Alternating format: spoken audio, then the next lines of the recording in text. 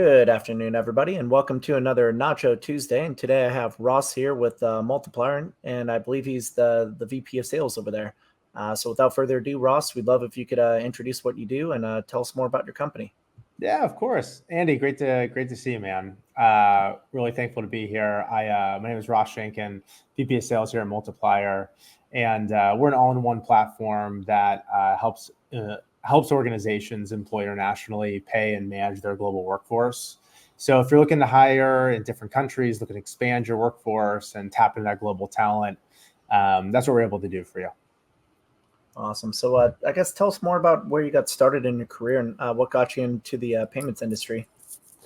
Yeah, I see the industry more as an opportunity for organizations to grow and grow efficiently, as well as growing in ways that business haven't grown in the past. You're able to now employ, if you're a North American business, which a lot of our clients are, you have a lot of support staff in South America. You have a lot of development teams outside of North America as well. One cost, but 2 hours of work and of duty.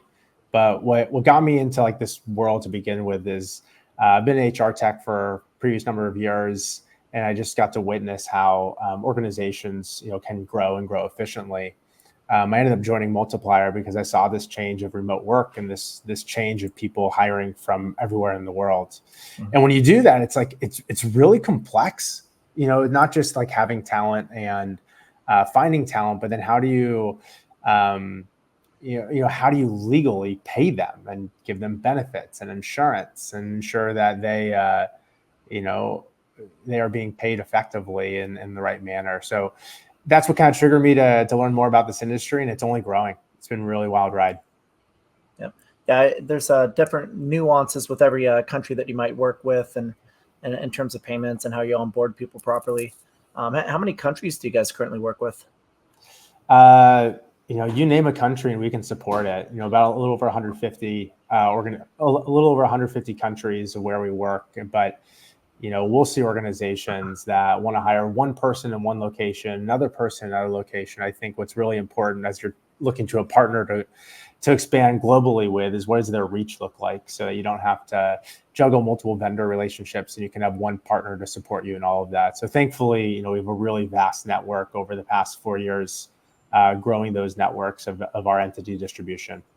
Awesome. So you're probably used to working on many different time zones on a regular basis. I am personally. Days actively start around 7. I want to make sure I'm collaborating effectively with my APAC partners.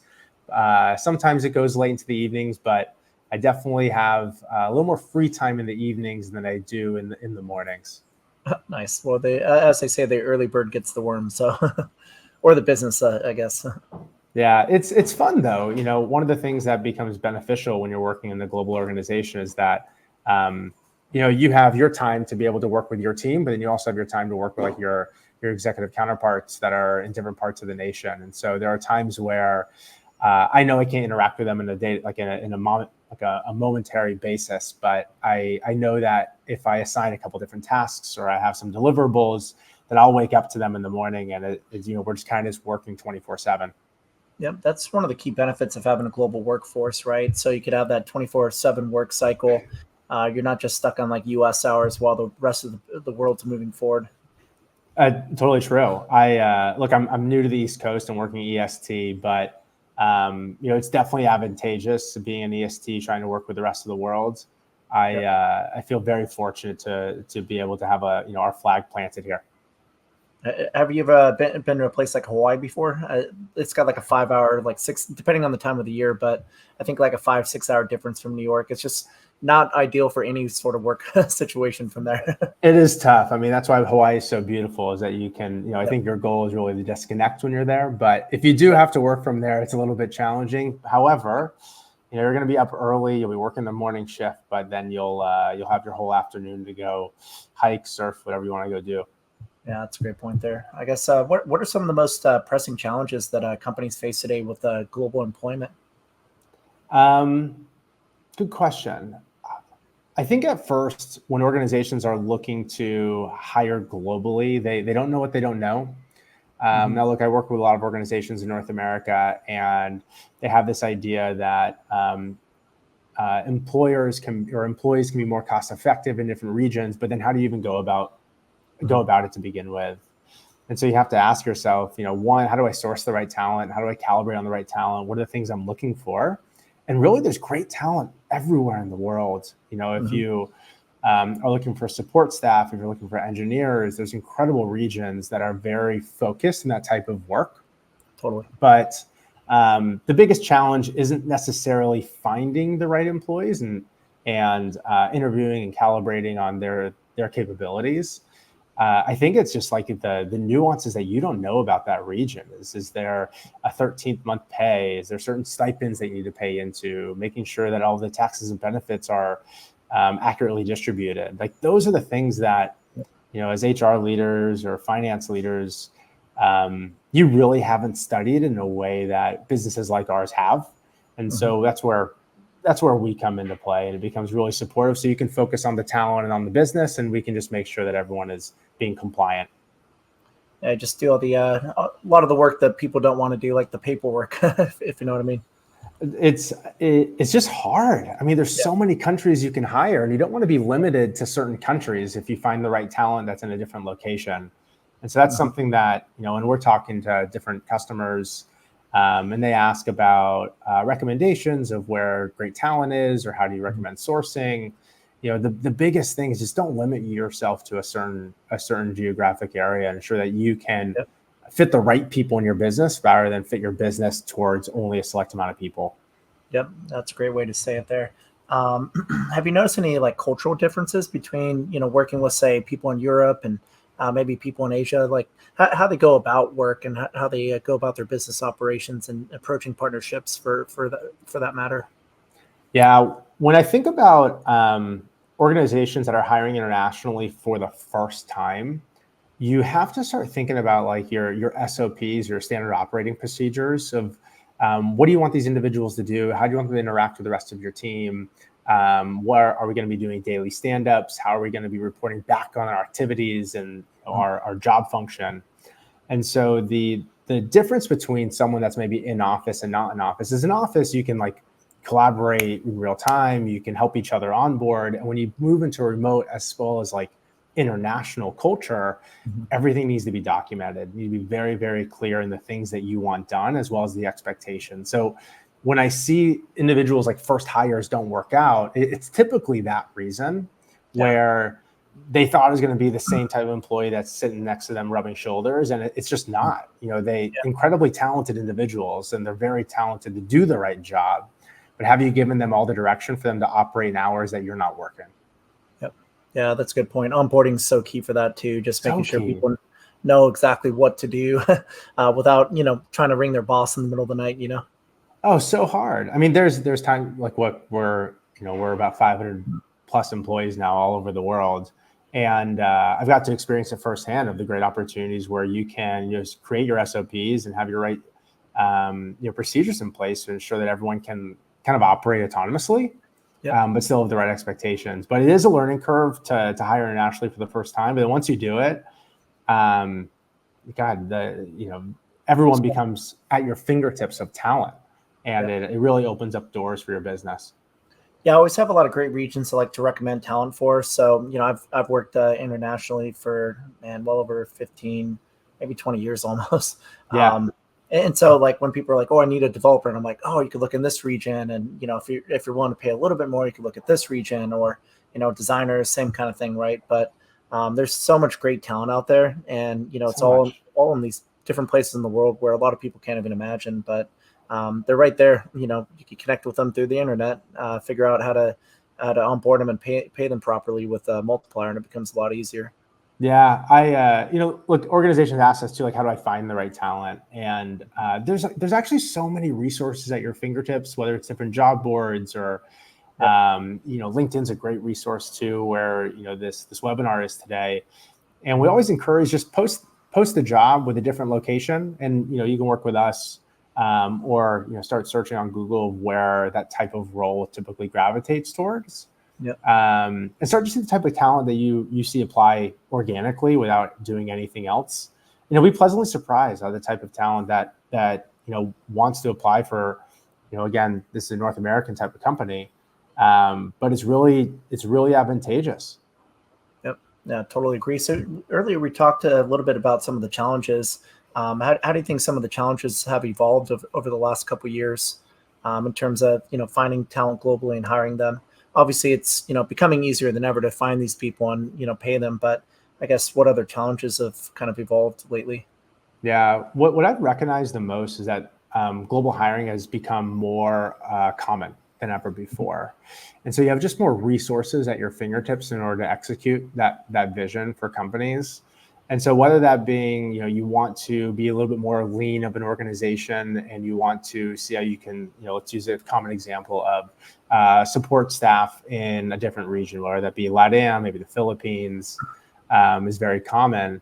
There's just a lot of great talent that has been working remotely and for businesses outside of their country for years, and so they like this isn't going to be their first job, and you're going to be able to essentially hire great people that have experience working with people just like you.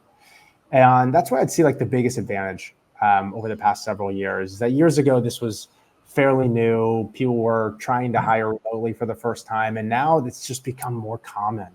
And so this type of talent is a lot stronger. Yep. The whole return to office initiative for Amazon's generating a lot of buzz. Yeah. A lot of people that got that taste of working from home don't want to go back. I totally get it. Look, I'm in New York. We're in New York. It's very common for people. Like I'm seeing both sides. I'm seeing one where it's become a competitive advantage of the organization that offers an office. They offer that camaraderie, that offer that in-office experience.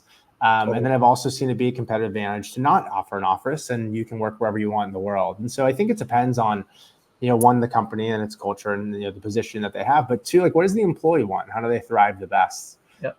For me personally, I love a hybrid environment. I love being surrounded by my peers, but also if I'm, I have early morning conversations with my APAC team, kind of want to take those from home so I don't have to, wake up a little bit earlier, commute on the subway, get in the office and take those calls. Yeah, totally. I feel like a hybrid's kind of the best approach there because, the people that are like 100% pro remote definitely miss out on the in-office experience where you're building relationships with your peers, and you're able to work faster, frankly, than trying to get somebody on a Zoom call if they're busy doing something, and you're trying to ping them on Slack. If I could do anything, I would love for just all onboarding to be in person. It just makes it so much easier for everyone. Yeah. You get to interact with each other. You get to hear what people are saying on the floor. You get to just learn from each other. It becomes just such a great environment. But, also to your point, the relationships you make are invaluable. And even just relationships of you, sitting next to others, having lunch. So I've really benefited from an in-office culture in the past, and definitely a big proponent of it. Definitely a big fan there too. So I guess even though I work remote a lot, but so I guess what regions do you find most compelling for global employment? Maybe some of the regions that might be more adapt to remote work and able to work with an American company. Say if you're ready to hire them, they're used to working with across different time zones.